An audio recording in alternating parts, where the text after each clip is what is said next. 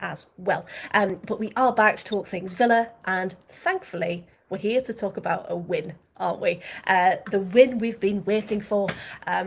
And rightly so, especially in that second half. But we're gonna get into it. But yeah, Lindsay, Emma, happy New Year! First time I've seen you both. How are you doing? Go on, Emma. Oh, okay. I was waiting for you. I'm good. How are you? Yeah, just go. Yeah, good. Lindsay, love to have you back. It's been a while. It has been a while, but I thought I'd come back and grace your screens. Which you do from the very first moment. Now then, let's get straight into it. So what we're going to be doing, obviously talking about the match. We're also going to be talking about transfers so far, and maybe who else or which positions we'd like to see filled in the window. Talking about the FA Cup this weekend, and then some other little fan club admin things as well to remind you all of. So let's get into it, shall we? So the game on Sunday, they all kicked off at 12 o'clock, four of them, as this new thing. I still can't get my head around it, because trying to watch the four on the multi-view together is just mad. But of course, you two were there in person, and they tried to really ramp it up, didn't they, with this new matchday experience, and they'd invited Susie Ruffle for the Big Kick Energy Pod to come and do something in the lower grounds. And putting on what seems to be lots more entertainment. So you were both there. Lindsay, we'll start with you. Do you think it's a positive thing that we're starting to expand these matchday experiences before the match? Yeah, definitely, because before the game sort of came, there was like entertainment, but it wasn't really engaging. It kind of gets that family atmosphere and environment that Villa are trying to build at the moment, and it gets that together in the lower grounds, and it's somewhere warm where we can meet if the weather's not so great like it was on Sunday. It's Yes. accessible, and it's just a really good hub and hive. They did bits like this previously, and it's kind of been not utilised to its maximum capacity, and now this is really good, and especially with like the parking, you have to be there so early before the match. It's like the gates aren't open, so it gives you something to do rather than spend all your money in the shop. Which Which just for the record, if you're watching, please spend some money in the shop. Hey, it's a Gario. Hello, folks. Oh, How you doing? That's bad. Good to see you. Good to see you. Yep. We were. I was going to say we were just talking, Gary, about the whole match day experience and how it's starting to change, starting to expand. Because Lindsay was saying, you've got to be there so early for the park, and anyway, at least there's things to do. With that. But Emmy was saying, really, because it starts so early, some transport if you're travelling from out of the area, it can be quite hard to get to so early, can't it? yeah. I find it like, especially because there's a few people that we sit next to on the front row that get the train in, and I feel like the first train isn't until like 10 o'clock on a Sunday Yeah. from their station. So it's like they're then missing everything because they physically can't get there early enough because their train does not leave early enough.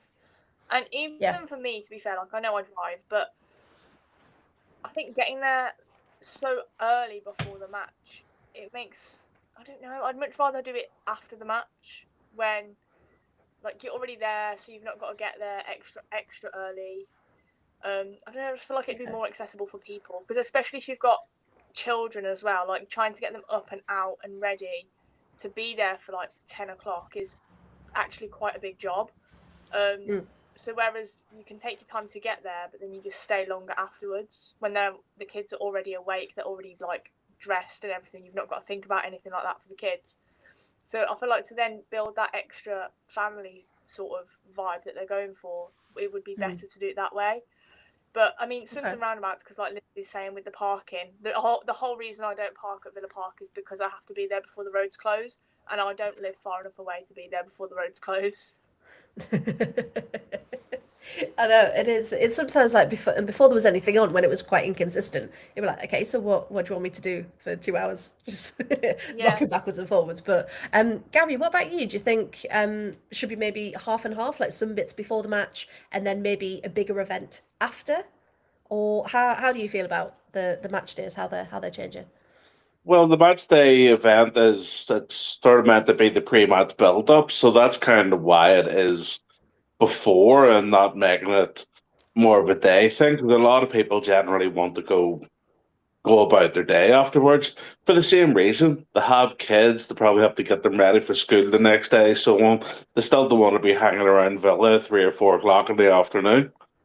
However, Also a this good point. evening, Villa have started putting the feelers out through the fan club and so on, asking would people be interested in staying for a watch party after the game against United. So they'd be sort of saying that, if there's enough interest, we would try and arrange this. So after the game against United, they would put on a watch party where people could stay behind and actually watch the men play their match. So And they're taking things like that on board. They offer people an yeah. option to do something after the game too, but Mm. they won't do it if there's no interest. So Yeah. people are Very asking. fair point. They're then asking the right question. If we do this, will you stay? Yeah. And they're basically putting it in the fans' hands. We can't arrange this, but we're not going to do it for an empty room. Yeah, which Mm. is, well, it's They've got to make fair it play, isn't worthwhile, it? though. Yes. Yeah, because at the end of the day, it is a business, isn't it? And they can't afford Yeah. to, like you said, be there for an empty room. And it's almost as if, Gary, you were with us before we went live, because I wrote in my notes, reminder for Lindsay to tell people about the poll. So let's do that now while we're talking about it. So yes, so Villa have been in touch. So if you do interact, which we hope you do, with the fan club, I think is it just on Facebook at the minute? The question, yeah. So go on to Facebook and put your vote in for if you would like Villa to do this initial watch along for after the match. And then ultimately, if there is enough interest and it keeps growing, then it might become a regular thing, which would be quite exciting. Because a lot of Villa fans do support the club, don't they? So to actually watch the women followed by the men, that sounds like a cracking day out, doesn't it? Because then you get to support both sides. That's So yeah, right. no, I like that. Hello. I think the polls in the community chat. So if it's not on the main page, check out the chat. It's definitely on the Facebook page as well. Definitely on the page as well. Sorry, Yes, I haven't checked. I've been in a meeting, Perfect. but yeah, that's even better. Perfect. Good. I Nobody was going to say, because I'm not allowed to join the chat. It doesn't like me for some reason, so I wouldn't know. But yes, go check it out. It should be on the page, as Gary says. And yeah, cast your vote for hopefully more in the future. Is there anything else while we're on the topic that you'd like to see Villa implement in pre-match? Is there anything they could add or work towards, maybe? Has anyone got any ideas?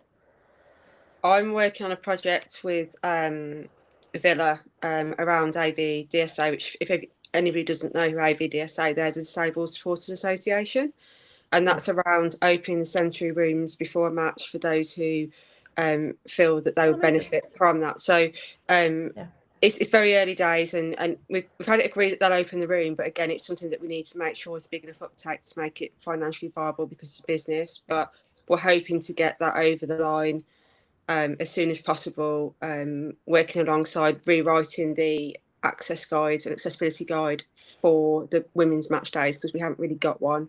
So Yeah. we're working alongside as the fan club and ABDSA to do that, and hopefully it'll allow people that wouldn't benefit or certain groups that wouldn't benefit from the match day experience that's been put on because it'd be too loud or too adult like to actually go and engage with the sensory experience that's been put on by Villa. And as soon as I get information, I will let you know to put it on your podcast and promote because we want as many people to use it as possible. Otherwise, it'd be me and Gary absolutely trashing the joint and Emma telling us off.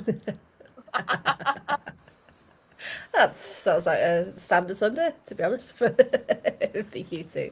Yeah, absolutely. Anything else apart from that exciting project Lindsay's working on that Villa I could feel like add? there does need to be more, but I can't pinpoint it right now. Okay. Because we get there at around about 11:15, like for a 12 o'clock kickoff, between 15:15 and 30:30, and we go straight into the stadium, and there's just like nothing really going on. Like I know they're warming up at that point, but it goes very dead between the time that the players go in and then come back out. Like yes, the mascots are walking around a little bit, but there's like I feel like even just like announcing the mascots and saying that they're coming round for pictures if people want pictures with them and that kind of thing. Because the kids do go down to the front to get pictures with the mascots, which is really lovely. But I feel like no one knows it's happening. Like, there's just no sort of communication, anything that's going on. And then we're just sort of staring at a pitch and some lions that are sort of just doing this around the pitch because no one knows that it's happening. Did a lovely little dance. Okay, so maybe more like little bits going on in the background, so staring at the pitch. So whether that's because they do, well, they do like the halftime quizzes and stuff, don't they? So could they do like have little bits like that? Do you think before the match?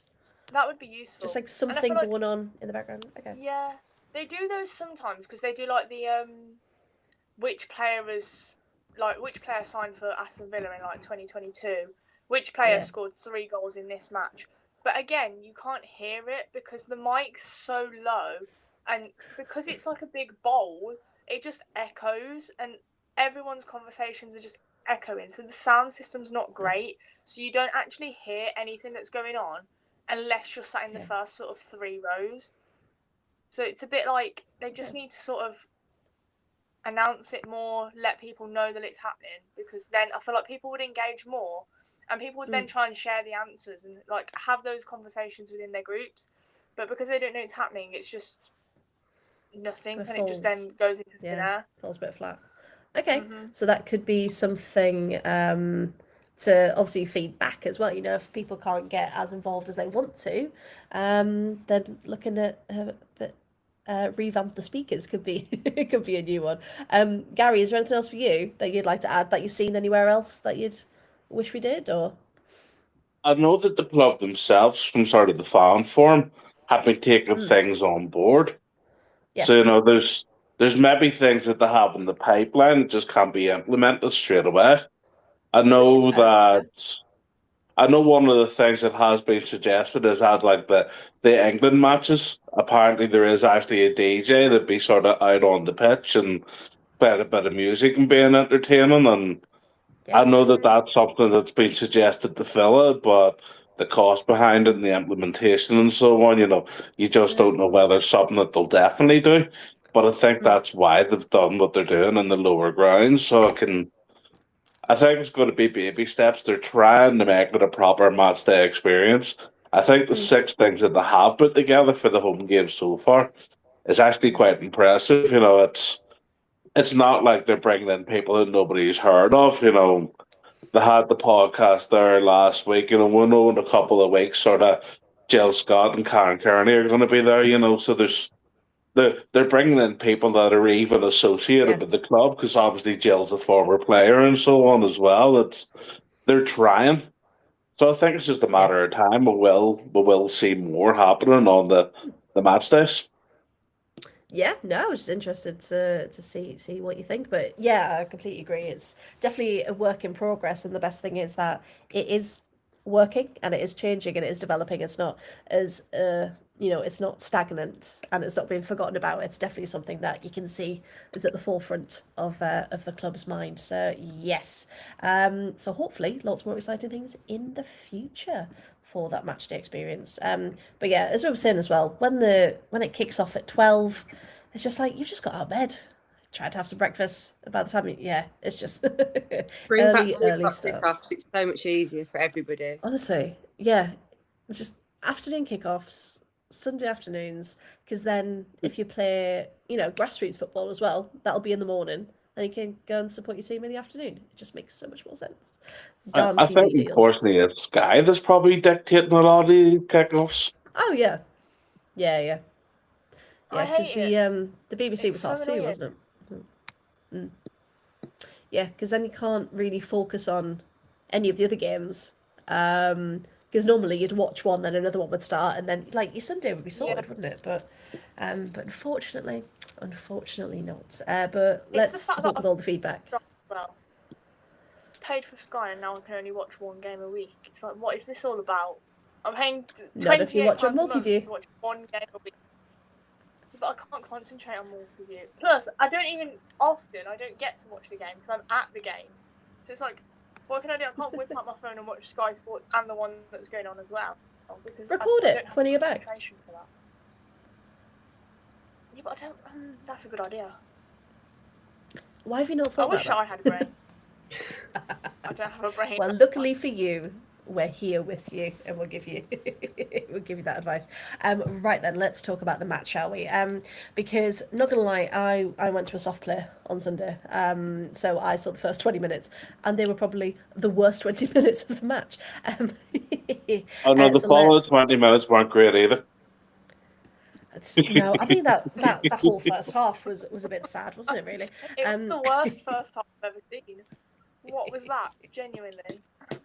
It was a soggy was- steak bake from Greg's, wasn't it? It just was that vibe. It was just awful. It's just Yeah. quite disappointing, really, wasn't it? Because But of course, oh yeah, Gary, go on. well, I was going to say the only thing is the soggy steak bake still has a bit of meat substance to it. That's true. For We first half, haven't we done didn't have very much substance. Got a little It's bit of just something, pastry. yeah. Not even that, just whatever's been left out, I think. But yeah, I mean, it didn't start the best, did it? Because just after the 10th minute, the what should we say? The something we're all too familiar with, playing out from the back, and it not going well. But yeah, you can see Sabs is under a bit of pressure. She's trying to clear it, and I mean, Sonada looks like a Sandoda, I should say. Sorry, looks like a very good player. Brand new to Brighton. Had the intelligence to go. That ball's coming very close to me. I'm going to intercept that, and it went straight back in. Emma, for you, when that went in, 11th minute, what did your notes say? My notes said Brighton goal. Still time, don't panic. However, I was not thinking that. I was like, here we go. Because as soon as we concede really early on in the game, we just sort of go, oh, okay, let's just let them score more. And it's Yeah, just that's like, our fate. no, that's Okay. not the attitude that we want. So I was like, No. we can't do this. Like at home, first game of 26, let's not do this. But then I was trying to be positive. I was like, yeah, let's not panic. There's still 80 minutes. Let's do this. Quick maths. Yep. Mhm. There was indeed. But Lindsay, it wasn't all doom and gloom because I mean, grew into the match, quite a slow start. But Rich hit the crossbar, didn't she, just before half time? So was hope starting to be restored a bit? It's twice, but it's frustrating. It was one of those things where we were sat there going, is it going to be one of those games where we just come really, really close and we hit everywhere but the back of the net? And that mistake is the mistake that's the difference between the two teams at the end of the game. And it was frustrating. But when they came out in the second half, we are a team of two halves, aren't we? And we came out and Always. Natalia gave them some Weetabix and they came out and they did their magic and they scored two brilliant goals. Well, that's the thing, isn't it? Because obviously no half-time changes. First subs, Missy Ball came on for Maya Hijikata, and Ebony came on for Kirsty as well. That was an interesting change for me personally. Yeah, 63 minutes. That's quite early, especially as we'll talk about the goals in a sec. But Kirsty had just scored. Was it? It wasn't an injury or anything, was it? Did she just No, get? and No. Kirsty was Okay. like, I personally think that Kirsty was our best player, especially at that point. Like she was making some incredible Yeah. runs down the side and some incredible crosses into the box. She was even like attempting to shoot as well. So it's like Brilliant. she was I the mean, one you that could was be talking about any match saying Kirsty was probably our best player because a lot of the time Kirsty is our best player. That is true. I just didn't understand why we were taking her off. Like, okay, I No. understand that Ebony kind of needs minutes, but I still don't really understand. Even now, I'm like, why did we take Kirsty off at that point? We could have got a few So- more goals at that point because she was still running. Like, she was still so full of fuel. But I think a Was bit not of it is to fluid. try and protect Kirsty as well. Yeah. Because Yeah, we do rely on her quite a bit. You know, we can't deny that. She's Mm. been one of our best players for the last 3 years. And we do kind of rely on her trying to get us a goal. So the fact that we're just going 2-1 up, she probably wanted to get a wee bit more defensive, but still keep a bit of pace up front. And I'm glad that she brought George on. It's nice to see her getting minutes again because I would rather see George on the pits than Yeah. Ebony. I don't mean that as an insult to Ebony. I just think Ebony's had her chance. Doesn't really take Okay. them. Yeah. Ge- Whereas, George is young and she's only going to get better. She deserves the opportunity. yeah, because Georgia, of course, coming on for Rich in the 71st minute. So again, a good 20 minutes you got of that match there. But yeah, we'll come back to the goals, Lindsay, because I mean, how else is Rich or Daly going to score but through an iconic header? But were you expecting Villa to bounce back so quickly and have two within, I think, what, 90 seconds? The two I wasn't. I was actually having a little chat with a little young lady called Ivy at half time, and she's a big Rachel Daly fan. And I said, Yeah. "Who's going to score next?" And she said, "Rachel Daly." And I went, "How many goals is she going to score?" And she said, "2." And I went, "Okay." So in the back of my mind, I was like, "Is she going to be picking my lottery numbers this week, or is she just really really hopeful because I'm not that hopeful?" And then when that goal went in, I was like, "Oh, amazing!" Like she's picking my lottery numbers. But it was a really good Yeah. goal, and I was just, the Rachel one was kind of a little bit against the run of play because we weren't really dominating. But then the Kirsty one was just out of this world. But then what goal by Kirsty isn't out of this world? Oh, 100%. I mean, the Yeah. fact that she just gets power behind a shot from standing still, pretty much. Like, there was no run up, there was no momentum that she was getting. It was just, right, quick feet, get them sorted and into the back of the net. And, you know, keeper had no chance, did she? But yeah, I mean, to do that, because to put it this way, I'd said to Georgie when we got back, I was like, oh, Villa won 2-1. She's like, oh, did they get two late goals? I was like, no, it was actually, you know, it was before the hour mark. And she was like, and they kept it. They kept the lead. Because Gary, that's a very Villa thing, isn't it? They might come back into it, or they might be leading, but then there's always the possibility that we've seen that actually they're gonna lose it again. Like, as much as we jest in the first half that we weren't playing great, we still created chances. I think Rach actually had the woodwork twice in the game. Twice. You Yes. know, so Yeah. we were making opportunities. I always felt like we were going to score. But for us to actually score literally 2 goals in 2 minutes is kind of a wee bit unheard of for us. But Yeah. again, it was how quickly we got the ball back, and Yes. everybody talked about Kirsty's goal. But even the build up to it, like Mary's pass up the reach and so on, you know, it's nice.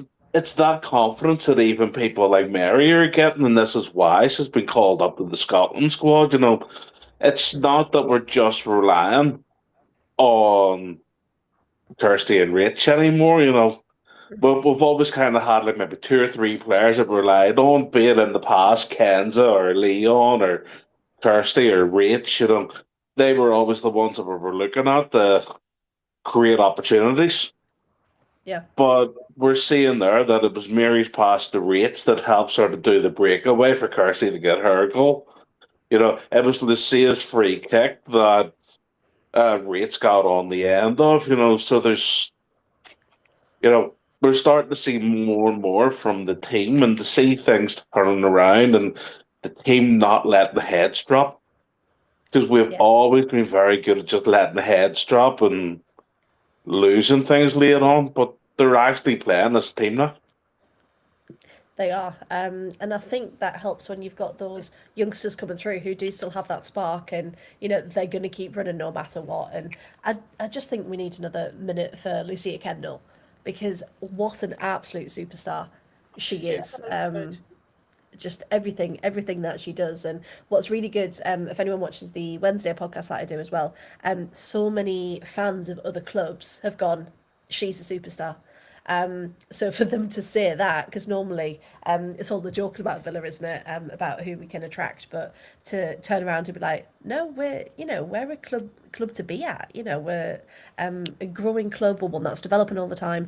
And look, we give opportunities to youngsters who are coming through. So I mean, yeah, just so impressed with how she's stepped up essentially into the WSL, because we've seen that not go well for some players as well, who struggle to make that leap. So yeah, Kendall is incredible. Is there any other players that stood out of the weekend that we haven't mentioned yet for anyone? Frank Kirby On, for me. I was going to say on either side. Yeah, Sorry. Frank Kirby. I Go was on going to then. say how Yeah, quiet no, she was, yeah. because normally when she comes, she's an absolute terrier, and she's an Yeah. absolute nightmare for us. And while she was working in Magic, as she does, very underrated, she was very quiet. And I thought that was quite interesting. For her, playing good, she seemed to be quite quiet, which I was a bit like, oh, this is a bit interesting. But then all the other players were Transfer rumor around her is probably not helping them. yeah. Well, And she's yes. unsettled, isn't she? So Based on what I've read, she's more or less agreed terms with Juventus, but every bid that's being made is being rejected. So that's going to make her quiet. She's going to not want to be there. She's going to start resenting the club because they're not letting her have the move that she wants. And Fran's no spring chicken in the world of women's football either. So, this is potentially her last big money move. And I was thinking about it as well, because Juventus are a team that, Italian football is very different to English football, we know that, but a club like Juventus has so much more of an opportunity to still win things and be in and amongst it, and we know they're a Champions League team. They've just won the Supercoppa at the weekend. They've got some incredible talent on their team, and no offence to Brighton, but if she still wants silverware for the last couple of years of her career, that's a place she's going to get it. And the fact that they're offering big money, again, that's not really heard of in Italy either. They're still behind in terms of the resources that they can offer and can give, getting much better, but still compared to other leagues. And there's an Italian journalist, which probably we've all seen, Mauro Muno. He's very good in with Juventus. So one of the tweets he said was about Fran. And he's essentially saying, look, there's so many players that we want in Italy, but we're losing them to the WSL, to the NWSL, because we just can't offer anything more. So the fact that Juve have made not one, not two, but three bids for Fran, like you said, Gary, I think that really shows that they really want to commit to her. So we've still got, 2-3 weeks of the transfer window left? So we shall see. We shall see. Even if not now, maybe in the summer as well. They'll end up losing her on a free though, won't they? Because isn't her contract up at the end of the season? So it's a little bit like the Russo situation. Yes. Yeah, 100%. And it's that thing of, well, is the club going to be that stubborn that it's going to miss out on some big money that it can use? Yeah. Just because. When they're gonna lose her anyway. So yeah, a strange old tale in the world of women's football.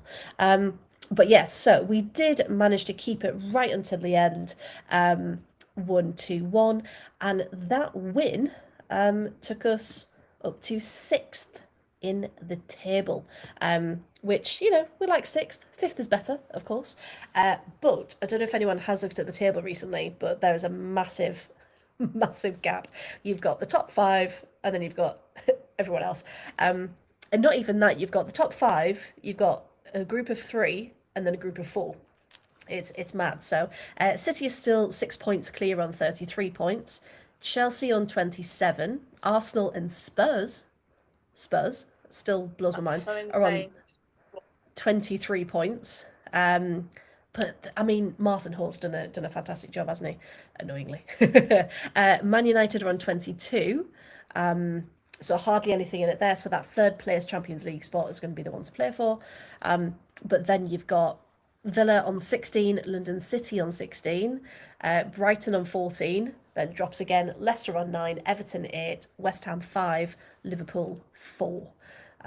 So it really is that group of 3. Do you think the way we're playing and the way other teams are playing, do you think we probably will get that best of the rest slot? Or how do we think it's going to play? Or is it too tough to call yet? Has anyone got any thoughts?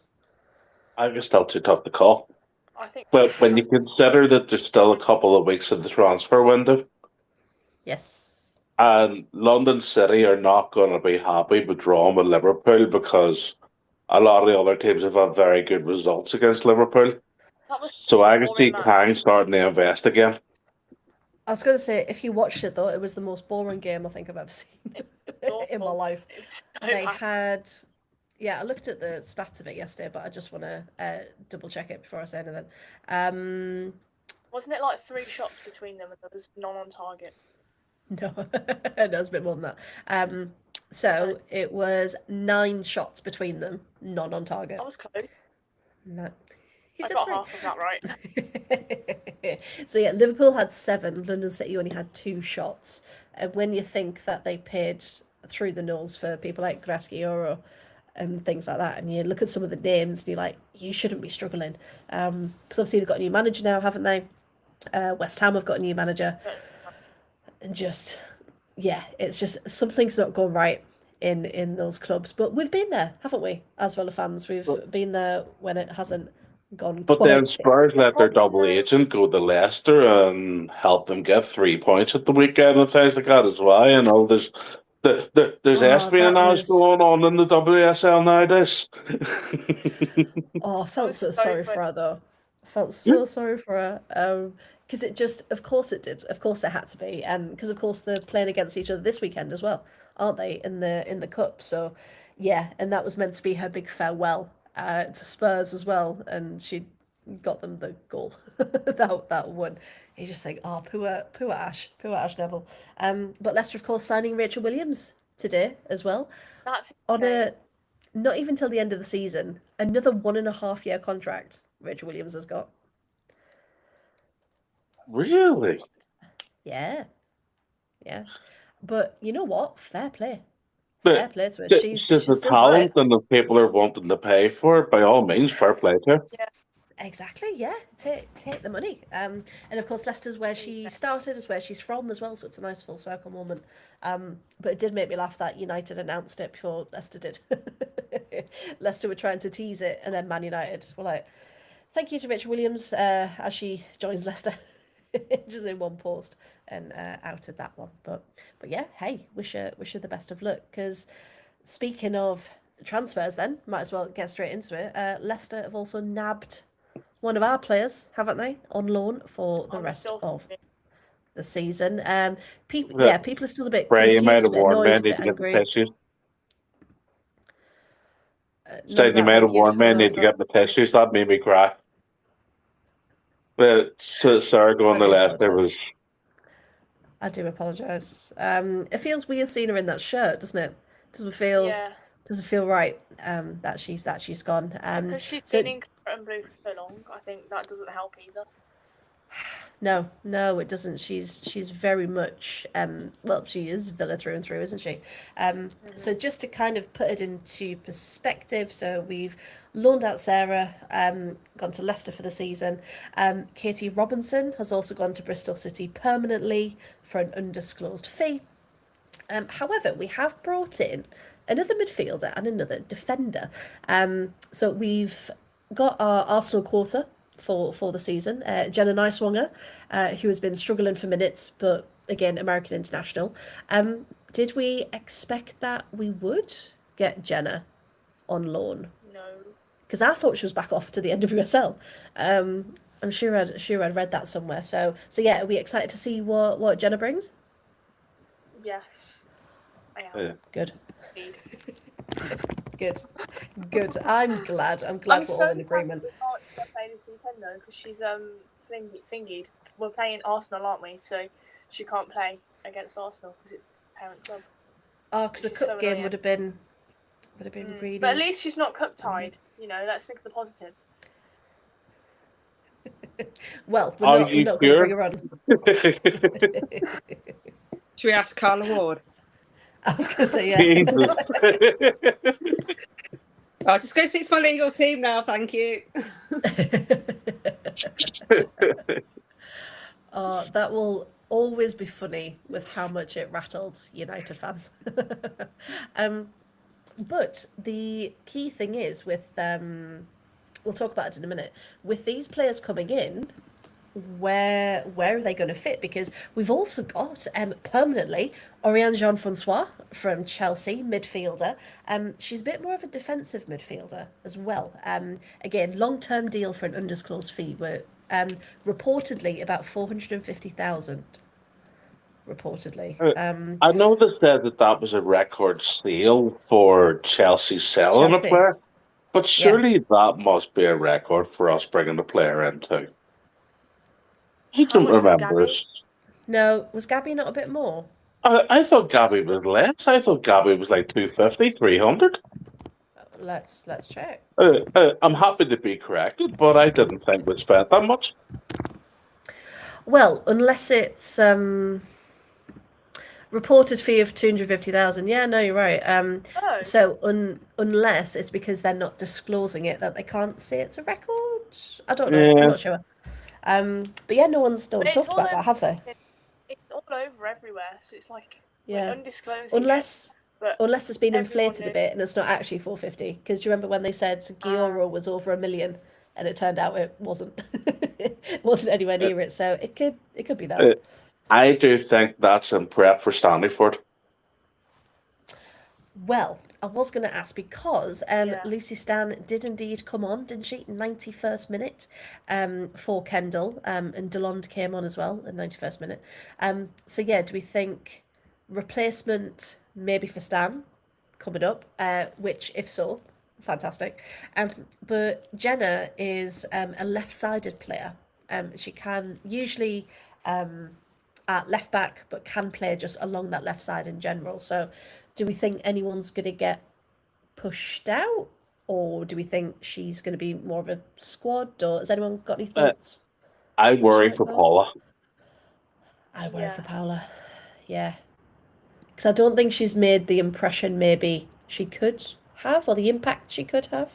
She's in been the league. injured as well, hasn't she, this season for quite a long while, or at least has And been injured. in and out of it.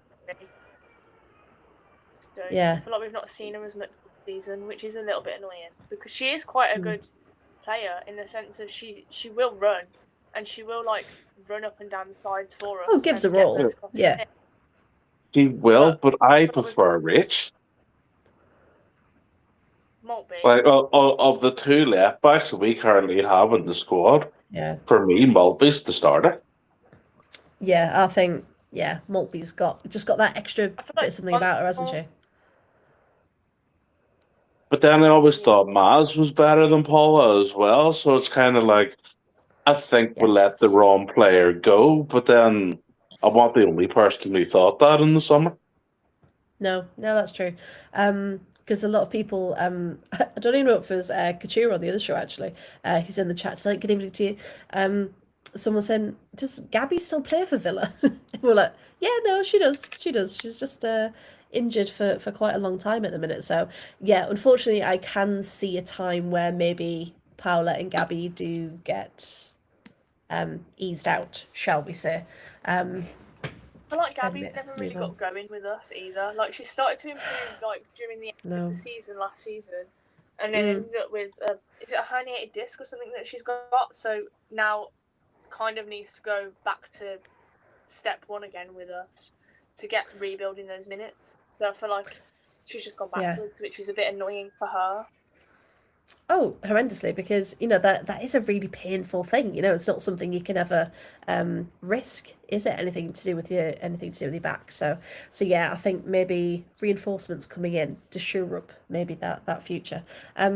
Yeah, Lindsay, where can you see Jenna fitting in? Have you thought about it much? Well, I've thought about it because she's going to want to get in the national team, isn't she? So she's going to want national team minutes. Gotta get back which in, she'll only yes. get if she's playing club minutes.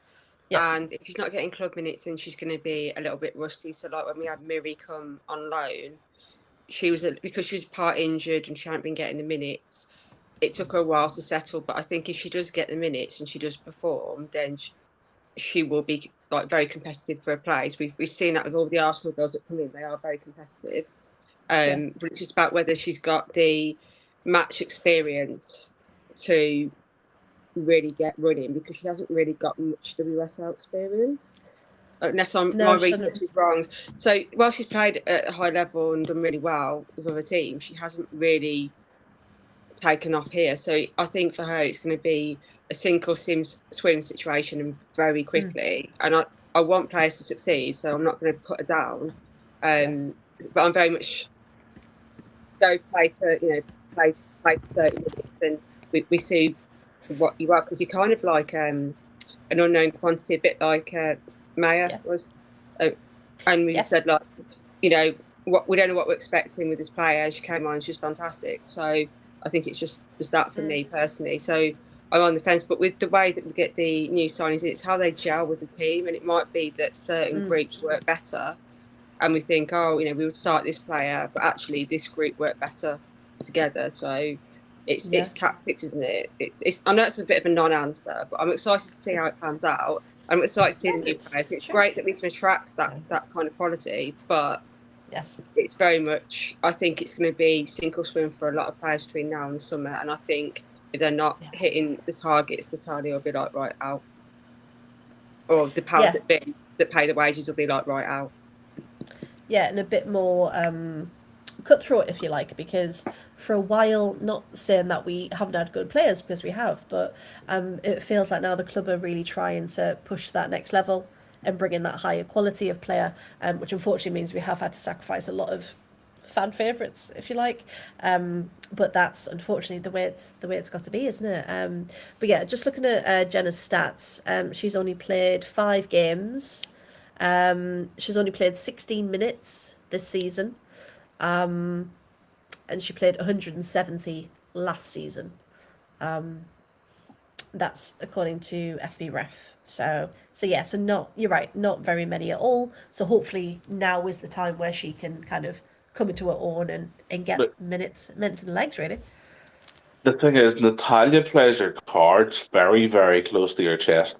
She's done the same in the summer, where everybody's Yes. going, who are we going to sign? Who are we going to sign?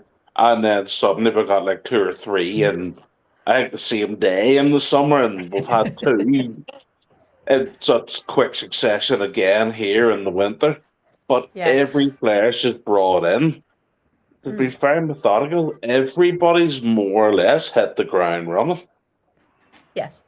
You know, Yeah. obviously she decided to bring Jill in and keep her in, and unfortunately Jill's had fucking worst injury any player could get. Oh, Miss Jill. I miss Yeah, Jill. Oh, so but that's the only player that hasn't been able to have a consistent run in the team. Yeah. And You know, that's pretty good going if yeah. we're talking about it, yeah. She seems to know the players she wants. She knows what she's Yes. looking for. Yeah. And yeah. so far, there's not a single player that she's brought in that I've went, I don't like that. You know, Savs has proper competition now. Like, Elle's been amazing anytime she's got to play. She's Yeah, been she giving has. Rachel a lot more time at left back, and Rach for being 18. You think she'd been in the squad for the last 5 years, she's just setting straight in. It's just so good. Yeah. Yeah. But And Georgia as well, to be fair. Like, Georgia was getting no minutes last season. Well, she was getting minutes, but not when he who must not be named was in charge. We're No, not do also not not talk doing about it. peacock signings either, are we? We're not buying for to show off and show, but we're actually buying to add for squads for the benefit of the You mean squad. like London City? Well, yeah, I was thinking about that. I was also thinking about Man United buying Jace, and they bought her as a statement, and it was like, but what are you going to do with it? Because she just doesn't fit the dynamic. So I can understand why she's been moved on, but like, it's just, we're not buying people just for the sake of going, oh, we've got a statement signing, and it's like real intent. Yeah, so it's like for the name of it and things like that. Yeah, because that's never what we've been about, is it? The true Villa is never what we've been about. So yeah, I'm just glad we're able to give these players a chance. But final question on transfers: are there any other positions that you think ideally would like someone else to come in and fill, or any players in general that anyone's got their eye on, or do you think we're okay for the minute with these I new think we ones have a coming in? poor balance at the back. From letting Sarah go, Yes. the right Glad you said back, that. but Noelle is a battler. She will battle all day, Oh yeah. but Yeah. she's not the right back that's going to ping that sort of 30, 40-yard diagonal across the way Rachel does or the way Sarah would have. And Yeah. we've seen this season that they help us split defences because we'll have the likes of Georgia or Ebony or Kirsty up front who are all bloody quick. So, whenever you have somebody that can do that, and we're going to miss that now because, Yeah. Chaz is out injured. We've tried Lynn at right back, and I've no doubt Williams can play right back. She's done it many times before. Yeah. But that's going to change the dynamic of the team as well because she's been so central. The only good thing is we do kind of have Anna and Lucy and so on there that can hold the central roles. So we'll have the central depth, but I'm certainly worried about the right side of the fence. And many people would argue that we need to worry about up front because we haven't been scoring the goals with the chances that we've been creating. But Also true. we have young Yeah. forwards that just need to be given the opportunity. We do. And yet you've got teams like United who are reportedly signing another forward. So they'll have forwards Yeah, but coming they out let of one areas. go, so it's fine. That's true. Let the wild card go. Yes. Well, interestingly, it's reported Emma Watson, not that one, is going on loan to Tigres in Mexico from United. It's like, is it nowhere closer? But yeah, she's off there. But then people were saying, is it not because Pedro Losa is manager over there now for the Scottish team? So is he trying to get? I don't know. But yeah, apparently Mexico is the new destination for Emma Watson. And She you just just think, wanted a holiday. well, that's it. Play a bit of football, get a tan, we're good. Beats Manchester, doesn't it? Beats Manchester. But yeah, there's so many youngsters. If you look about how many have been recalled from loans this season. I mean, hopefully we get another youngster maybe coming in. See if we can develop them as well. But yeah, you're right. I think maybe someone on that right side would be good. Did we expect Katie Robinson to go to Bristol? I think I expected her to leave, but I didn't think it would be to Bristol. Has anyone got any? So I don't think we've talked about it yet, have we? Isn't she in a relationship with the goalkeeper? Or rumoured to be in a relationship with the goalkeeper, and that's why she's made it kind of like for a personal reason? Because I did expect her to go. I did expect her to go because she doesn't really fit with what we're building. But I wasn't expecting her to go necessarily to Bristol. But then Bristol weren't on my radar, so. No, I didn't expect it to drop down a little bit. Okay, in what sense? I feel like because they're mid WSL2, so you're not really seeing them in a title race as such, because it's sort of Birmingham and Charlton that are sort of fighting it out at the top. I mean, so I feel like they're just a little bit forgotten. I mean, yeah, but they're third, aren't they? They're third. Third's not mid-table, Emma. They're on the same points as Birmingham. Isn't working. It's kind of The same points as Birmingham. Are they? I know Yeah, Katie done well at Brighton. Obviously Katie done well at Brighton. Yeah. But it makes me wonder, does she need to be at a team that doesn't have pressure on them? Because she didn't exactly light up the world whenever she came to us. She hasn't done much at Everton. She's always been a young, talented player, but, is there a bit where she just needs a wee bit more time? Because Katie herself's only, 22, 23? Yeah, she's still young. So young, yeah. She's still growing, and maybe Bristol and taking a step back down to the WS2 is kind of where she's going to get the competitive football, because we know how competitive it is down there, Nobody could take that away from them. It's maybe just a place where she's going to get her hunger and learn how to fight again, because I think she's just lost that wee bit of fire in her belly, and it's probably a good move for her. Yeah, that's I feel like she never really got started with it. No. And it's, I think, Because wasn't she Yeah. brought in? She was brought in with he who must not be named, wasn't she? And then obviously there was the change in manager mid-season. We were then trying to turn the team around because we were in a relegation battle. So I feel like it was just very, like, her first season with us wasn't great at all. No. it's just very hit and miss, wasn't it? Yeah, and It, sometimes it just doesn't work, and that's also okay too. it was a lot of pressure, and at a young age, it's probably not where you wanted to be. No, you Yeah. want to be in that kind of supported environment, if you like. And I suppose if you're a young player who things aren't panning out at the top level, then a bit like what you said, Gary, like if you want that consistency, you want that playing time, you want to get your rhythm back, then why not a good WSL2 side? Because they are a good side, regardless of what Emma thinks of them. So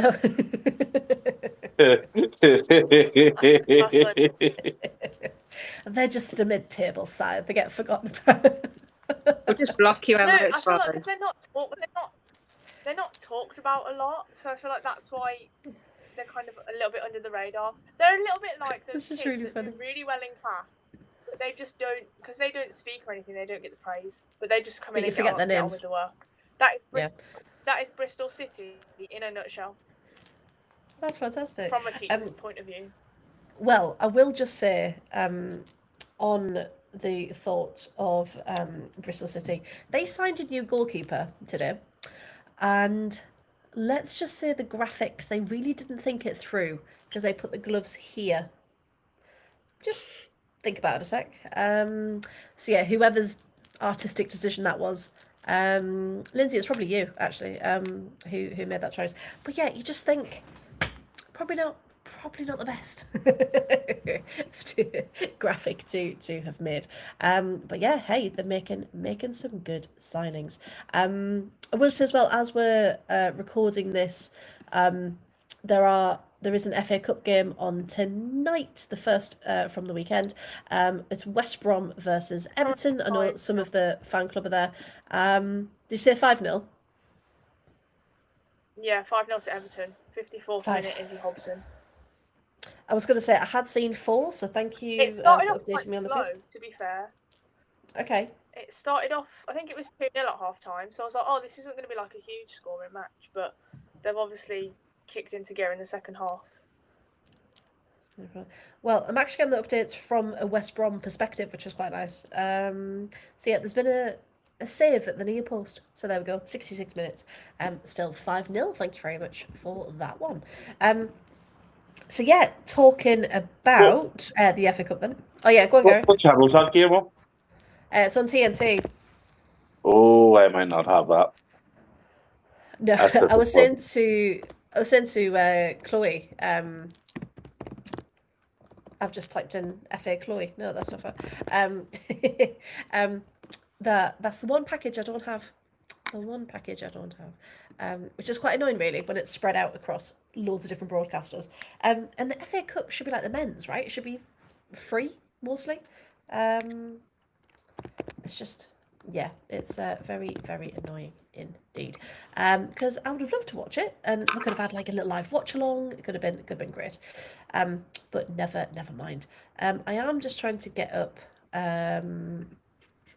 the rest of them because I know we've got I think it's 2 matches tomorrow night as well, and then because they were all meant to be on Sunday, of course, but they've all changed them because of this. So TNT, I believe, are broadcasting 3 matches, and then I think it's our game actually that's on free to air. I think it's on Channel 4, the Arsenal Villa game. So tonight, like we said, it's West Brom Everton. Tomorrow night is Newcastle West Ham. Okay, that kicks off at 7:30. Saturday we've got 2 matches: Sunderland versus London City. I really hope they win, but I don't think they will. And then Chelsea versus Crystal Palace as well. And then the rest kick off on Sunday, and that's including us.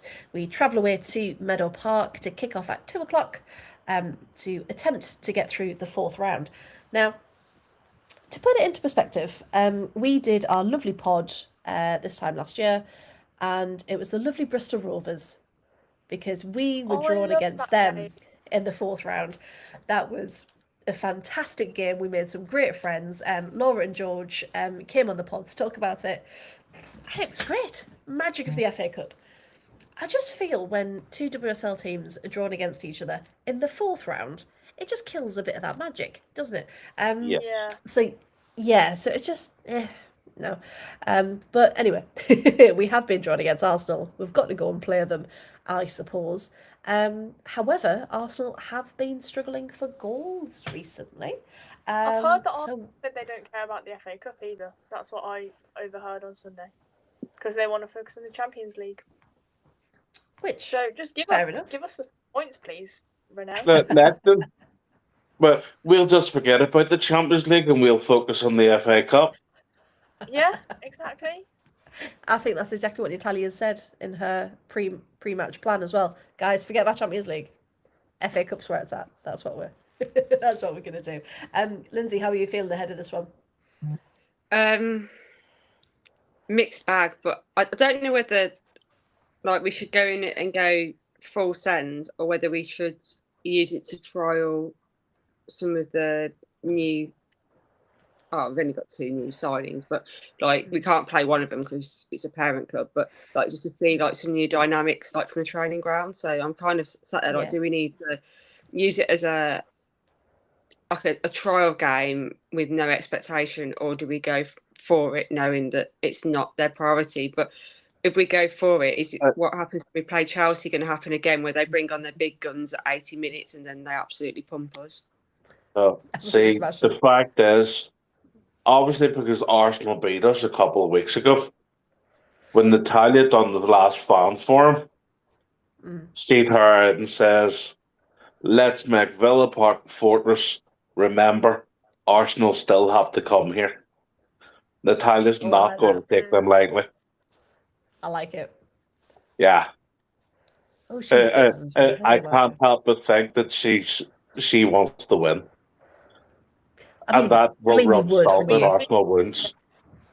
Yeah, no, you'd want it. You want it regardless. Yeah, I really hope she. I think if we start all guns blazing, really going for it, and then if it is 6-0 by the 80th minute, then yeah, bring on. Have some changes and just have fun with it for the last bit.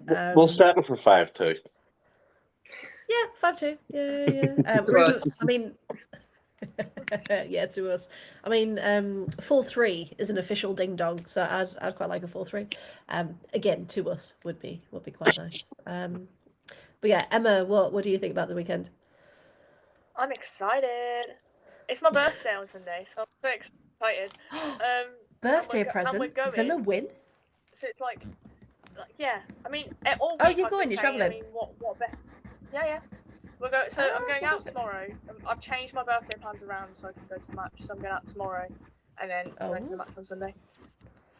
Very good. Well, Villa, if anyone's watching from the club, you have to win now because it's Emma's birthday. We have to win for my very big birthday. I mean, it's not a big birthday, but anyway. She's going to be 47, everyone. 47. Thank you. Big day. No, I love it. It is going to be a good day. I have seen the weather's meant to be awful for the weekend, as it has been the last couple of weeks, but probably not snow. So that's a good point. Because I've tried to get out to my local team the past couple of weeks. Last year on my birthday. You did ever so? What was that, sir? Oh yeah, we did Everton on my birthday last year, and it was freezing cold. We were like, and you got Sam's gloves. It was awful. It was so cold. Yeah, I did. I still have them somewhere in my room. Well, let's see what you get this time for your birthday. I think. Or will the win be enough? Yeah, hopefully the win. Hopefully the win will be enough. So we go away to face Arsenal, and hopefully we make it into the 5th round. Hopefully, we will. We will. I hope so. I really do. We've got something about us, haven't we? We've got a good bit of grit about us. But yeah, look at the fixtures. The unexpected. Exactly. Always be cautiously optimistic. That's the sort of with Villa. We are. We are. We are indeed. And looking at the other fixtures, there's not that much potential for any cup sets. I mean, the way West Ham are going at the minute, maybe Newcastle can beat them. I personally don't want that to happen. I hope West Ham come alive and they can get the win. But yeah, I mean, I would love Bournemouth to win against Man City. That would be incredible, considering all of the controversy around where the match is going to be played. But again, probably not. Burnley would be really fun if they beat United. But yeah, apart from that, I don't think there's that many opportunities for a cup set indeed. Are there any other games that you're looking forward to seeing the results from, anyone? Or just focus on Villa this weekend? All of them, because I just think the FA Cup can be so random. So I'm just so excited to see some of the random scores that could happen. 21-5, and you're like, what? I like. That is the magic of the FA Cup. Yeah. It is. Anything can happen. I want a bicycle kick goal. I want someone to score a bicycle kick goal. Yeah. So any strikers are paying attention that are playing, can we have a bicycle kick goal for Emma's birthday, please? She would really like it. Perfect. Yeah. I think, well, for that then, I think Natalia should come on the pitch and she should get the bicycle kick goal. That would just steal it. Natalia's doing the breakdancing at winning half time. What are you on about? She is the halftime entertainment. She's doing the breakdancncing in the middle of the pitch with a little doggy. They're going to do it in the middle of the pitch. Perfect. I think. Imagine if that came true though, and that would be incredible. One of the many reasons that we do love our manager, which is lovely to say, by the way, after the season. Good. Right then. Is there anything else we haven't mentioned? Because the only other thing I had was a reminder for Lindsay, but we did that at the beginning, courtesy of Gary. So we'll just do another reminder, if you haven't voted already, in the fan club Facebook group about whether you'd like those live watch-alongs in future, please do so. There was also a little fan club photo shoot with all of the merch still available, so you can go check out those photos as well. But I think that might be everything, unless anyone else has anything they'd like to mention. I'd like to mention them whenever they're checking out the merch and looking at the photos. They should click on the link and actually order themselves one as well. Oh, that's exciting. That's very technical. We like that. Thank you, Gary. Yeah, very good.